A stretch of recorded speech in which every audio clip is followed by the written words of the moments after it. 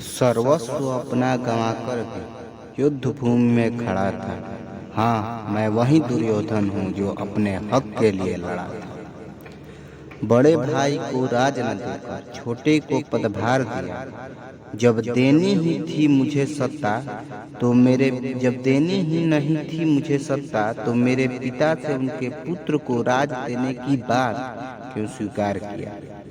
आया जब वचन पूर्ण करने का समय तो तुम युधिष्ठिर की तरफ सट गए। देख थोड़ी सी योग्यता को पल भर में ही पलट गए। वेद पाठ करते देख एक शूद्र पुत्र को तुम उसके मुख में पिघला स्वर्ण डाल दिए। और जब मैंने रंग भूमि में एक शूद्र को उसके कौशल का सम्मान दिया तब उसकी जाति बता उसको टाल दिए। अरे बताओ मुझे कैसे बनते युधिष्ठिर एक कुशल राजा जब उनका मन इतना कड़ा था। मुझ में जाति का भेद नहीं था। मैं राजा के योग्य था इसीलिए जीत पर अड़ा था। हाँ, मैं वही दुर्योधन हूँ जो अपने हक के लिए लड़ा था। तब कृष्ण ने भीम को क्यों नहीं ज्ञान दिया जब इंद्रप्रस्थ में बुलाकर अतिथि का अपमान किया। कैसे चुप थे धर्मराज जब मेरे पिता को अंधा कहा गया था। मुझ में भी क्षत्रिय का पौरुष पिता का अपमान न सहा गया। अंधे का पुत्र कह उस समय ही उसने युद्ध को ललकारा था।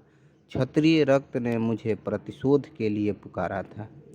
जब सभा में द्रोण और भीष्म जैसे धर्म के साथी थे क्यों देते हो दोष हमारा। युधिष्ठिर स्वयं भी तो जुए के आदी थे। पास खेलते हुए उसे नहीं था धर्म का ध्यान। यदि वो धर्मराज था तो क्या द्रौपदी को जुए में वस्तु समझ उसने दिया स्त्री को सम्मान।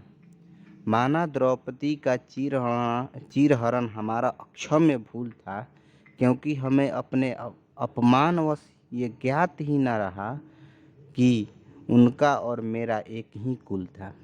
जब सारी संपत्ति हार गए फिर क्यों कुछ मांगने आए थे।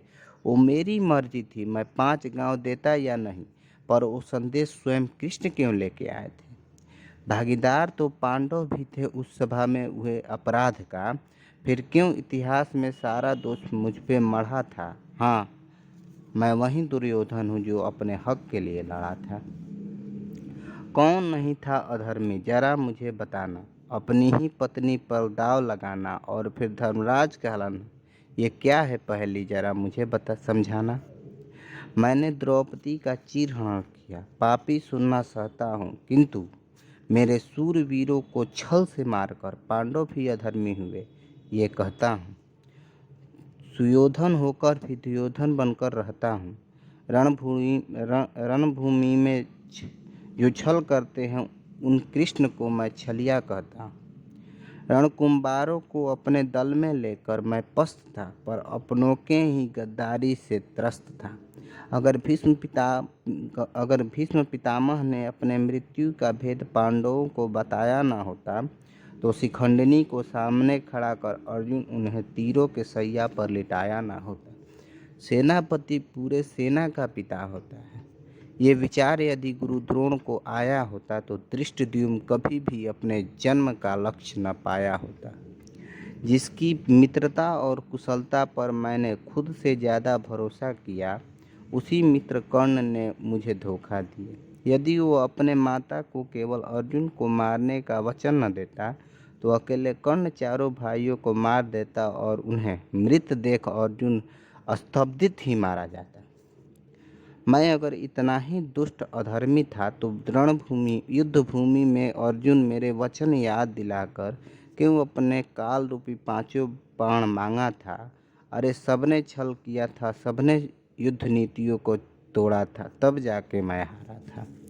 अभिमन्यु जब मारा गया तो कहा कि हत्या ये इनकी रीति थी और निहत्थे मित्र कर्ण को मारा तो कहा ये इसकी नियति थी। सभी अधर्मी थे कोई न अछूता था बस बातें इनकी मीठी थी और संसार में मुझे दुष्ट सिद्ध करना ही इनकी राजनीति थी। जांघों को छोड़ पूरा शरीर मेरा लोहा से भी ज़्यादा कड़ा था किंतु युद्ध नीति को के विरुद्ध जाकर भीम ने जांघों पर ही प्रहार मारा था। सर्वस्व अपना गंवाकर भी युद्ध भूमि में खड़ा था। मैं वही दुर्योधन हूँ जो अपने हक के लिए लड़ा था।